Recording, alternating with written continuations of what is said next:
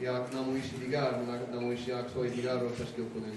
Баъд аз ҳамаи ин иштирокчиён бо дониш ва маҳорати нав аз ин омӯзиш ба деҳаҳои худаш бармегарданд, метавонанд боз ҳам рақсҳои беҳтар сурат гиранд.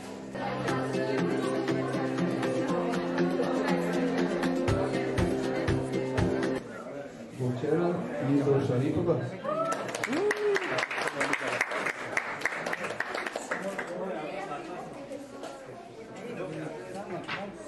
Халапшо Ханипа.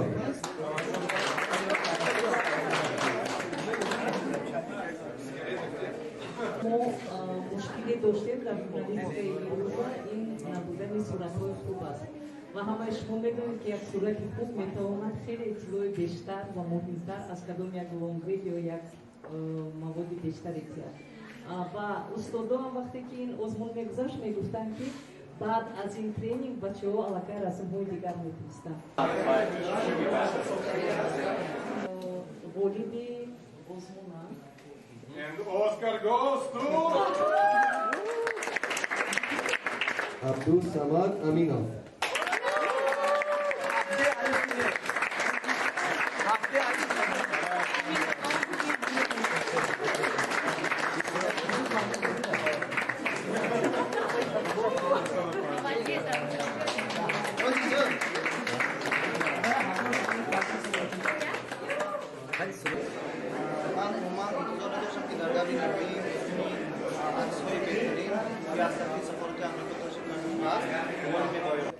من در میان همه صورت‌ها بسیار دوست داشتم حال دارم و من نمی‌توانستم فقط با یک کس این را دهم، اما من باید فقط یک عکسگیری دارم.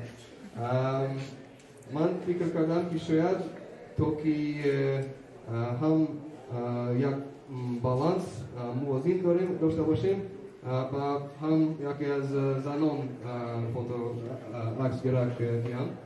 در میان شمایان من فکر کردم که نورا فرید صورت‌های بهتری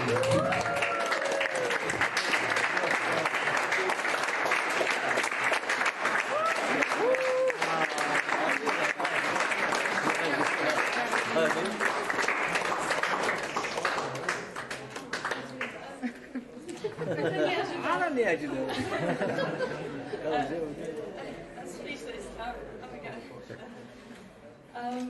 I want to thank Mr. Darren so much for this program. It gave me hope. And thank you so much.